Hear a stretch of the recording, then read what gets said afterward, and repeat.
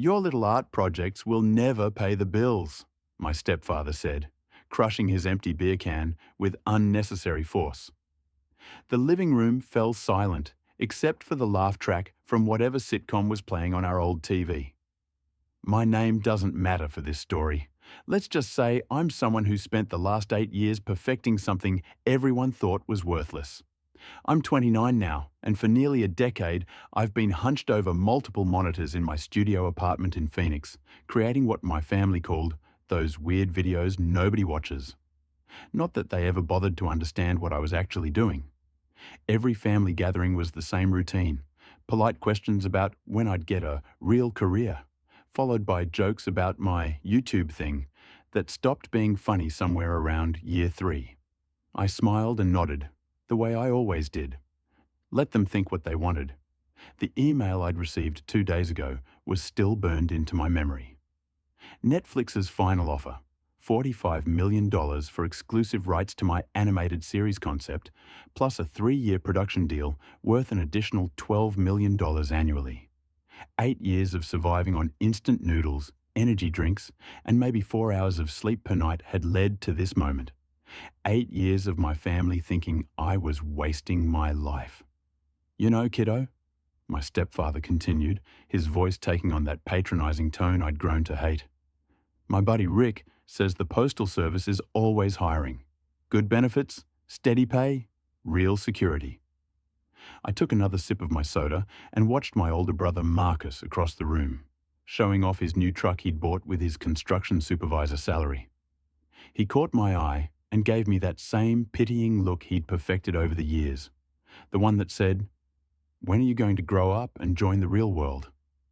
Driving home that night, my phone buzzed with a text from my mom. "Don't take what Gary said to heart. He just wants what's best for you." I tossed the phone onto the passenger seat without responding. What they didn't know couldn't hurt them. Not yet. When I got back to my apartment, I opened my laptop one more time. The contract was signed. The wire transfer would process Monday morning.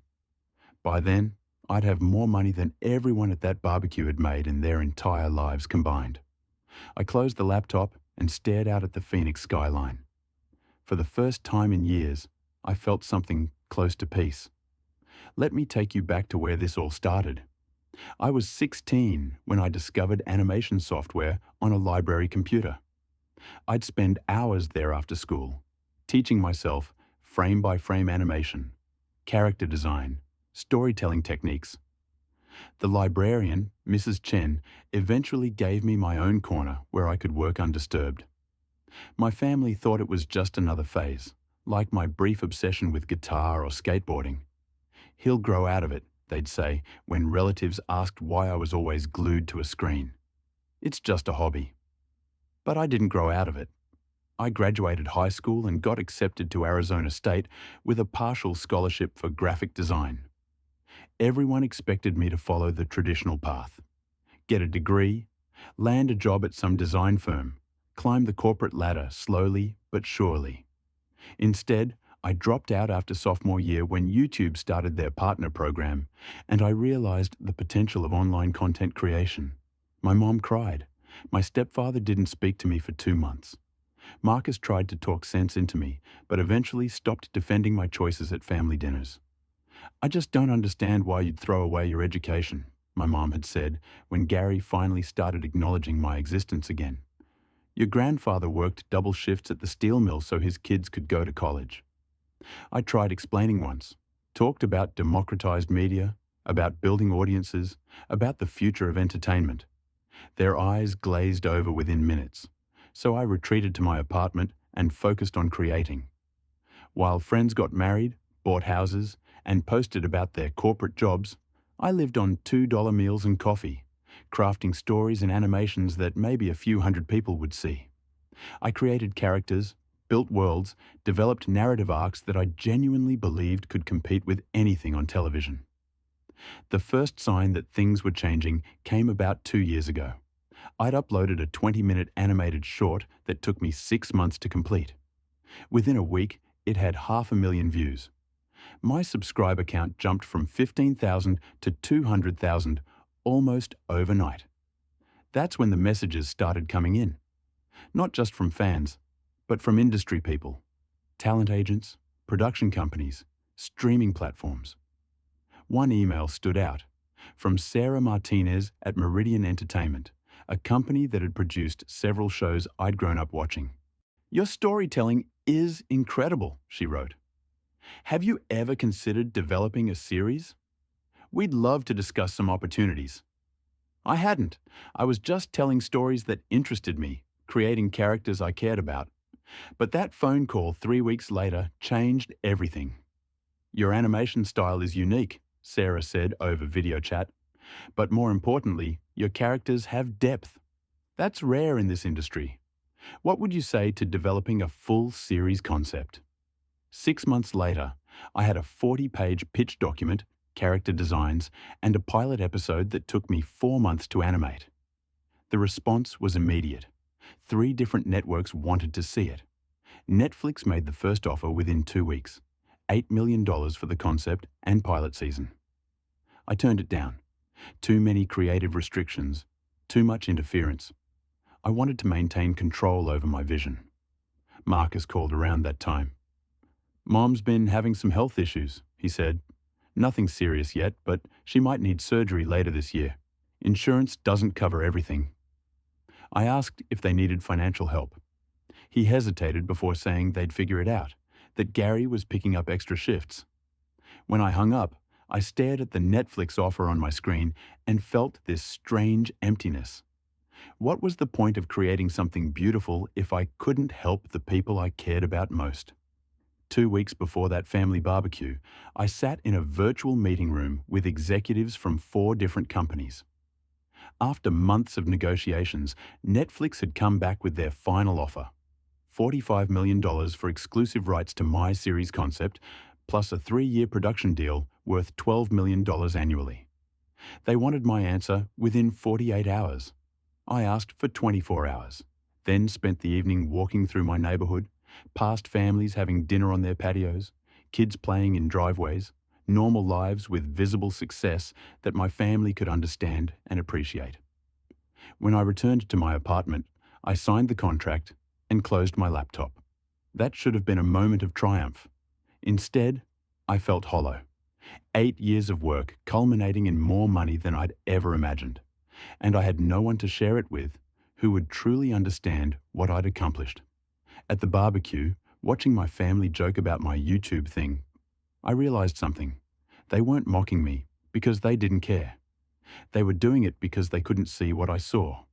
They lived in a world where success looked like Marcus's new truck or my cousin Jake's management position at the bank. I thought about telling them right then, considered pulling out my phone and showing them the signed contract.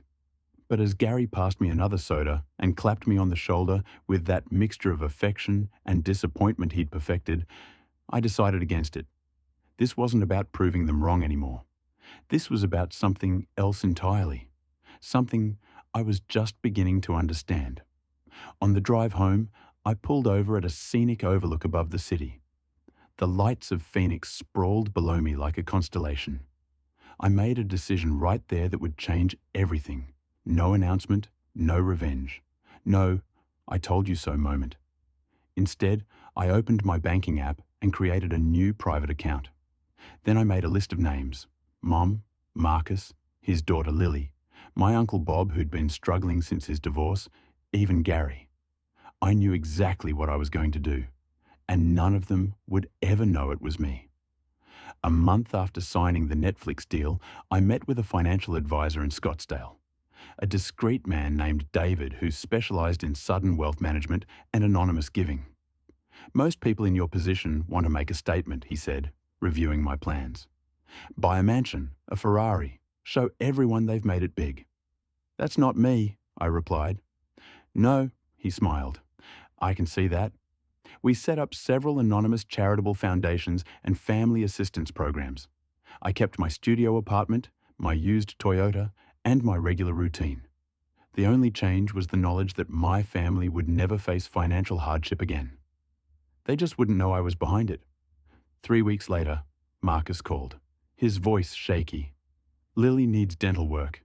Mom's surgery got moved up and my company just cut our health benefits, he said. I don't know how we're going to manage all this, man. I might be able to help a little, I offered, already knowing I'd cover everything. Thanks, but... He hesitated. Gary doesn't want charity, especially from you. He thinks you need to focus on getting a stable job instead of your video thing. That stung more than I expected. What did you tell him? That I wouldn't ask you, he admitted. I'm only calling because I'm desperate. After we hung up, I sat with that conversation for a long time. My own family would rather struggle than accept help from me because they thought I was failing. The irony was almost unbearable. The next day, Marcus called again, confused but excited. You won't believe this. Some foundation called about a community grant for families with medical needs. They're covering Mom's entire surgery. That's incredible, I said, knowing the foundation had been created just yesterday with a single anonymous donor. And get this, Lily qualified for a full dental scholarship through her school. They said someone endowed it specifically for kids in her grade. Sounds like your luck is turning around. Marcus paused. It's weird, right? All this happening at once? Sometimes good things just happen, I said. 2 days later, my phone lit up with a text from Gary. Did you hear about your mom's house? My mom had been struggling with mortgage payments since my biological father passed away when I was 12. Gary had been trying to help, but his postal worker's salary only stretched so far. What about it? I texted back. Someone paid it off. Anonymous donation through the bank. Your mom's freaking out. I smiled as I typed, That's amazing news. When I attended the small family gathering to celebrate Mom's debt-free status, I watched her give a tearful speech about miracles and guardian angels. Everyone was buzzing with theories about their mysterious benefactor. Maybe it was Jake, my aunt suggested. He's doing well at the bank. Jake shook his head. I wish I could take credit. Could be one of those tech billionaires doing random acts of kindness, Marcus offered. I read about stuff like that online. Gary looked at me across the table. Definitely not our struggling artist here, he laughed, but there was less edge to it this time. I raised my glass along with everyone else and said nothing. 4 months after signing the Netflix deal, I received a call from Sarah at Meridian Entertainment. The network executives saw your pilot, she said. They want a fast-track production. They're also offering a back-end deal on merchandising that could triple your earnings. Just like that, my net worth jumped again. The initial $45 million was now closer to $70 million with the additional deals and licensing agreements. I thanked her and hung up, then sat staring at the wall of my unchanged apartment. That night, my mom called to invite me to dinner. It's been too long since you came over, she said, and Gary has something he wants to talk to you about. When I arrived at my childhood home, the atmosphere was strangely different. Gary waited until after dinner to bring up what was on his mind. I've been thinking, he said, fidgeting with his napkin. You've been working on this video thing for years now. Maybe there's more to it than I thought. I set down my coffee. What changed your mind? I've been reading up on it, he admitted, surprising me. After all these good things happening to our family, I started wondering if maybe there are opportunities out there we don't understand. My mom nodded. Gary thinks technology might be changing how people make money, that maybe we've been too quick to dismiss what you do. I felt a lump forming in my throat. Is that right? I still don't understand it, Gary said, but I'd like to, if you're willing to explain it again. For the next hour, I walked them through content creation, monetization, audience building, the entertainment industry's shift toward digital platforms. Gary asked surprisingly thoughtful questions. Mom took notes on a napkin. It was the most interest they'd ever shown in my work. As I was leaving, Gary walked me to my car. Son, I've been hard on you, he said quietly. I worried you were throwing your life away chasing something that wasn't real. But these past few months have made me think about what's really important. I nodded, unable to speak. Whatever happens with this video business, I want you to know I'm proud of you for sticking to what you believe in. That takes real courage. As I drove home, I realized something unexpected had happened. In trying to help my family without revealing my success, I'd inadvertently given Gary something more valuable than money, the chance to come to terms with who I was on his own. The next morning, I received a call from Marcus. "Hey, something weird is going on," he said, his voice low. "Gary thinks someone is helping our family out on purpose." "Why would he think that?" "Too many coincidences. Mom's mortgage, Lily's dental work, my new job opportunity that just appeared out of nowhere with better benefits. Someone's pulling strings." I kept my voice neutral. "Maybe your luck really has changed." "Gary thinks it might be you," he said bluntly. "He says you've been acting different lately, calmer, like someone who doesn't have to worry about money anymore." That caught me off guard. "Me? With what money?" "That's what I said." Marcus laughed. "Unless your YouTube thing finally paid off big time." I changed the subject, but after we hung up, I realized I'd underestimated Gary. He might work for the Postal Service, but he knew how to read people. For the first time, I wondered if staying anonymous was the right approach. 6 months after signing the Netflix deal, I met with David again to assess my financial strategy. "The anonymous approach is working well," he said, "but there's a sustainability issue. Your family is starting to notice the pattern." I nodded. "My stepfather is getting suspicious." "You have several options," David explained.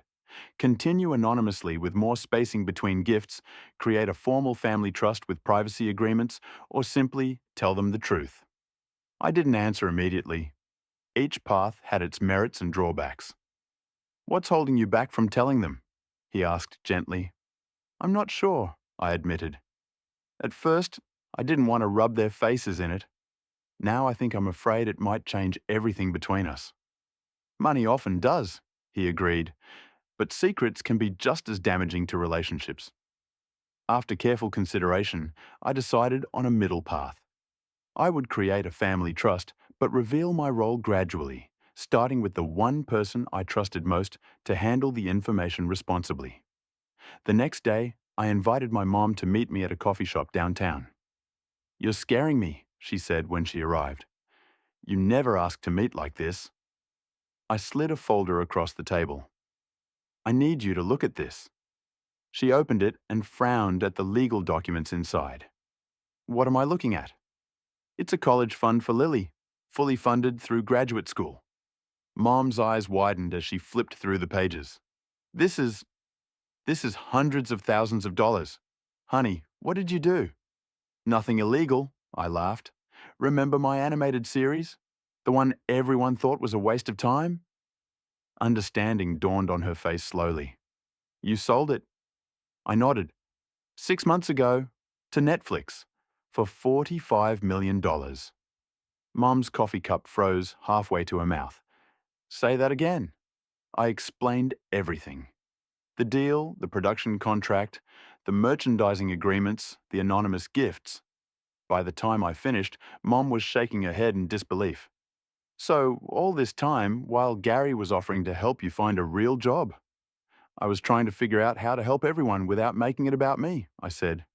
"You're unbelievable," she said, but she was smiling through tears. "Why tell me now?" "I need your help. I'm setting up a larger family trust, but I don't want to announce it like some grand revelation. I'd rather everyone understand what the money represents and where it came from before they know how much there is." Mom reached across the table and squeezed my hand. "You always were my quiet, complicated kid." Over the next few weeks, Mom helped me lay the groundwork. She casually mentioned articles about successful YouTubers to Gary. She asked Marcus to explain streaming services at dinner one night, giving me an opportunity to add insights that made Gary look at me differently. We arranged a family financial planning session under the pretense of discussing Lily's college savings. I brought in an advisor, not David, but someone who could speak generally about trusts and education funding. The pieces were falling into place. My family was slowly beginning to see online content creation as legitimate work, and me as someone who might actually know what he was talking about. The final phase of my plan came together when Mom mentioned that Lily's high school was hosting a career day. "Would you come speak about being a content creator?" she asked, giving me a meaningful look. It was the perfect opportunity. Career day at Lily's school fell exactly 7 months after I'd signed with Netflix. Mom had arranged for the whole family to attend. Gary, Marcus, even my Uncle Bob, who was curious about what I might say.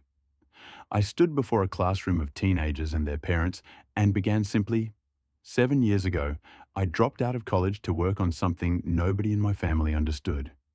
They thought I was making a huge mistake. I glanced at my family in the back row. They worried about me, and honestly, they had good reason to. I was living on ramen noodles and spending 16 hours a day creating animated videos that maybe a few hundred people would watch. The students looked interested. The adults were listening intently. I was developing an animated series, creating characters, writing stories, learning every aspect of production by myself. Most days, I wasn't sure if anyone would ever care about what I was making. I missed family events to work on projects. People made jokes about my YouTube hobby. A few students chuckled. I smiled. 7 months ago, Netflix bought my series for $45 million. The room went completely silent. I saw Gary's jaw drop. Mom's eyes filled with tears she was trying to hide. Marcus looked like he'd been struck by lightning. But that's not the most important part of the story, I continued. The important part is that success doesn't always look the way people expect it to. Sometimes the person driving the old car and wearing the same clothes for years is building something revolutionary. I finished my presentation by announcing a technology and arts grant for the school, funded by me, to ensure every student had access to digital creation tools in classes. When I stepped down from the podium, Lily ran up and hugged me. "That was incredible, Uncle," she whispered. My family approached slowly, like they were in a daze. 45 million, Gary said quietly. "Son, is that really true?" "Actually, it's closer to $78 million now with the additional deals," I replied. Mom started crying openly. Gary looked like he might join her. "The mortgage," he said slowly. "Lily's dental work, Marcus's job opportunity." I nodded. I wanted to help without making it about me. "That was all you?" Marcus asked. "I wanted to take care of my family," I said simply, without turning it into some big production. Gary stepped forward and extended his hand. "I knew something was different about you," he said, shaking his head. "I've been offering you postal service jobs." "They were good offers," I said, shaking his hand. "Just not my path." "No," he agreed, his voice thick with emotion. "Your path was better than any of us imagined." 3 weeks after career day, I helped my family move into their new house, a beautiful place in Scottsdale with a pool and enough space for everyone to be comfortable. I'd bought it through the family trust with their full knowledge and blessing this time. "Still don't understand exactly how you created a TV show," Gary said as we unpacked boxes in the garage. "But I'm trying to learn." "That's all I ever wanted," I told him. He paused, holding a box of old photo albums. "I'm sorry I didn't believe in what you were doing." "You couldn't have known it would work out this way." "No," he agreed, "but I could have supported you better. I could have asked better questions instead of just assuming you were wasting time." Later that evening, the whole family gathered for dinner on the new patio.